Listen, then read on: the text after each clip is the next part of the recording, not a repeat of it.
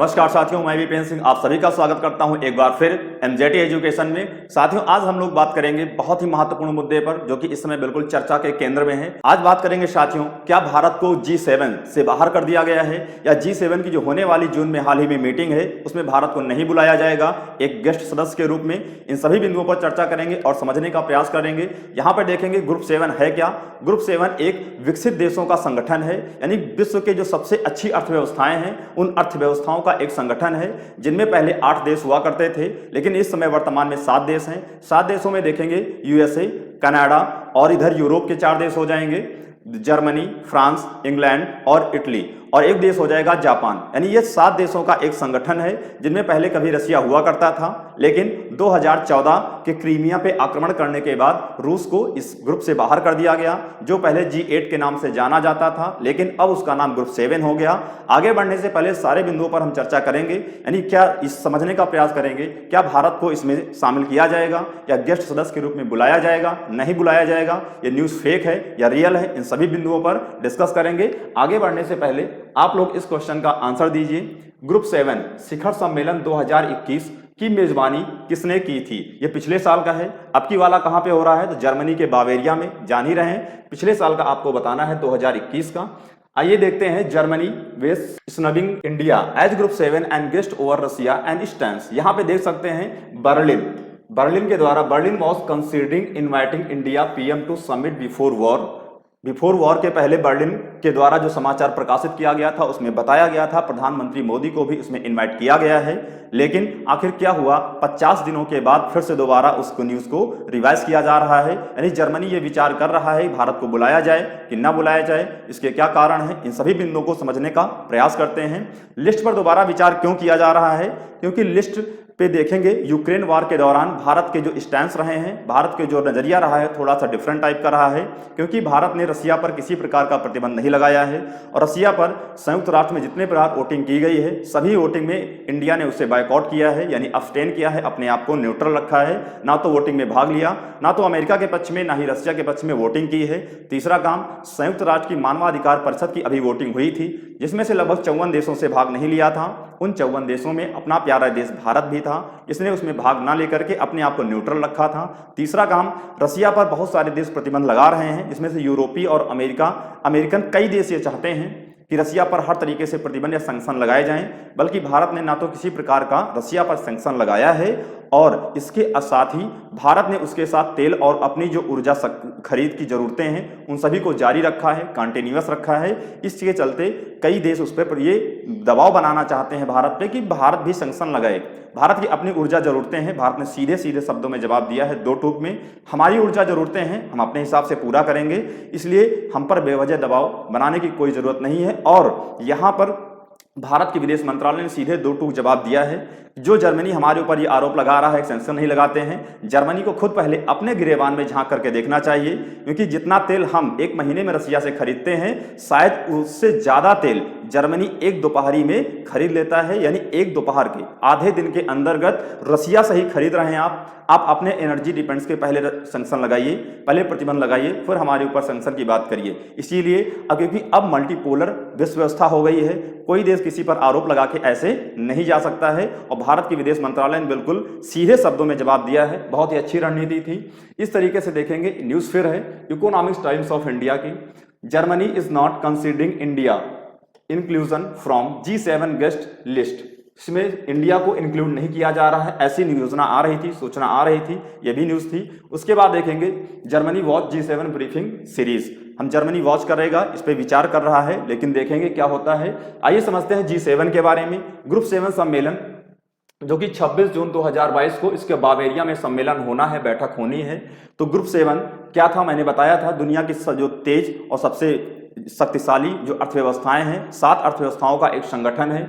इसका स्थापना क्यों हुई थी? क्योंकि ह्यूमन राइट्स की रक्षा, लॉ एंड ऑर्डर को बनाए रखना, लगातार विकास को इस समूह का लक्ष्य है। और 25 मार्च 1973 ईस्वी को यहाँ पे देखेंगे 25 मार्च 1973 को इस संगठन की शुरुआत हुई थी और रूस इस संगठन का हिस्सा था, लेकिन 2014 में जैसा कि मैंने बताया था, रसिया के द्वारा क्रीमिया जो यूक्रेन का पार्ट था उस पर अधिकार कर लिया गया था। इसी बात से यूरोपीय देश नाराज हो गए थे और ग्रुप 8 से रसिया को बाहर किया गया। तब से जाकर के इसका नाम ग्रुप 7 हो गया था। रूस के हटने से पहले इसमें 8 सदस्य थे, मैंने बताया था।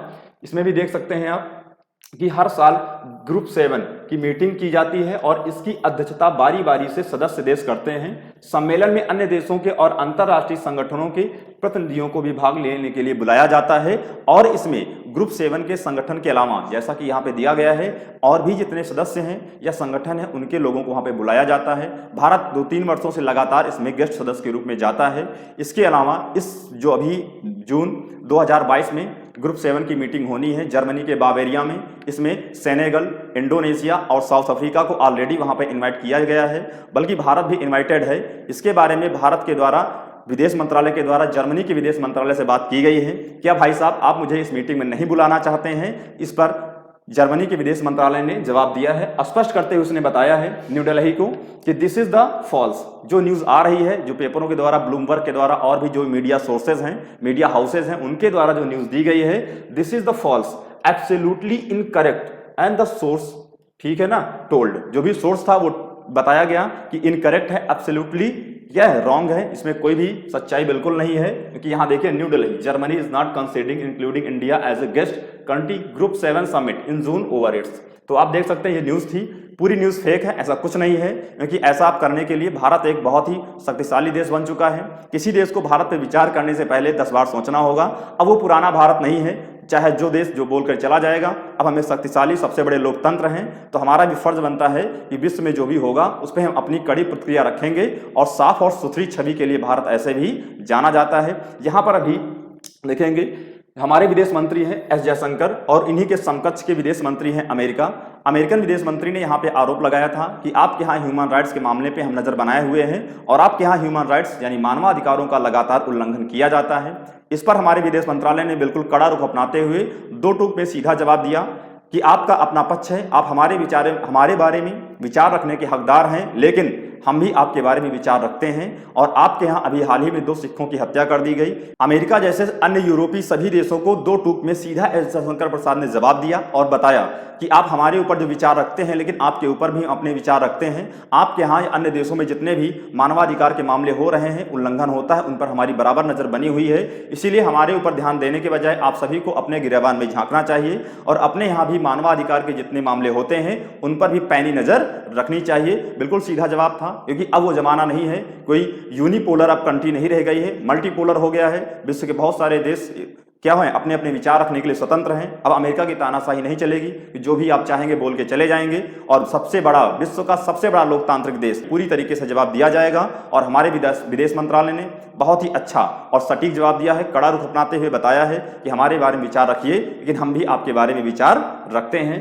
तो इस तरीके से देखा। आइए अपने क्वेश्चन पे आते हैं। ग्रुप 7 शिखर सम्मेलन 2021 की मेजबानी किसने की थी? तो अब की बार कहां पे हो रहा है साथियों? जर्मनी के बावेरिया में, जबकि पिछले बार 2021 का कहां पर हुआ था? तो यूके बोले तो यूनाइटेड किंगडम यानी कि ब्रिटेन में यह सम्मेलन किया गया था। साथियों ये इन्फॉर्मेशन आप सभी को अगर अच्छी लगी है तो आप सभी लोग प्लीज इसे लाइक और शेयर करिएगा। अगर चैनल पे नए हैं तो सब्सक्राइब करिएगा और बेल आइकन को प्रेस कर लेंगे। इससे आने वाली और भी अच्छी और इंटरेस्टिंग वीडियो की नोटिफिकेशन आपको विद इन टाइम मिलती रहेगी। चलिए आइए समझते हैं एमजेटी एप्लीकेशन के बारे में। अगर आपने अभी तक डाउनलोड नहीं किया है तो MJT current affair and GK का एप्लीकेशन है, इसे आप क्या कर लेंगे, डाउनलोड कर लेंगे। देन आफ्टर दैट यहाँ पे बहुत सारे video course, mock test, free video, free PDF, e book, free quizzes, study material खुल के सामने आ जाएगा।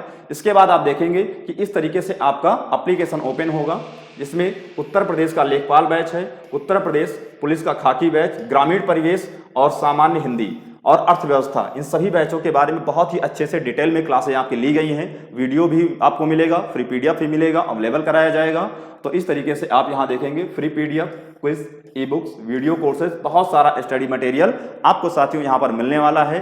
तो आज फिलहाल इतना ही, आगे फिर मुलाकात होगी एक नई न्यूज के साथ। तो चलिए साथियों, आप सभी लोगों का बहुत बहुत धन्यवाद वीडियो को अंत तक देखने के लिए। Okay, thank you so much. जय हिंद, जय भारत।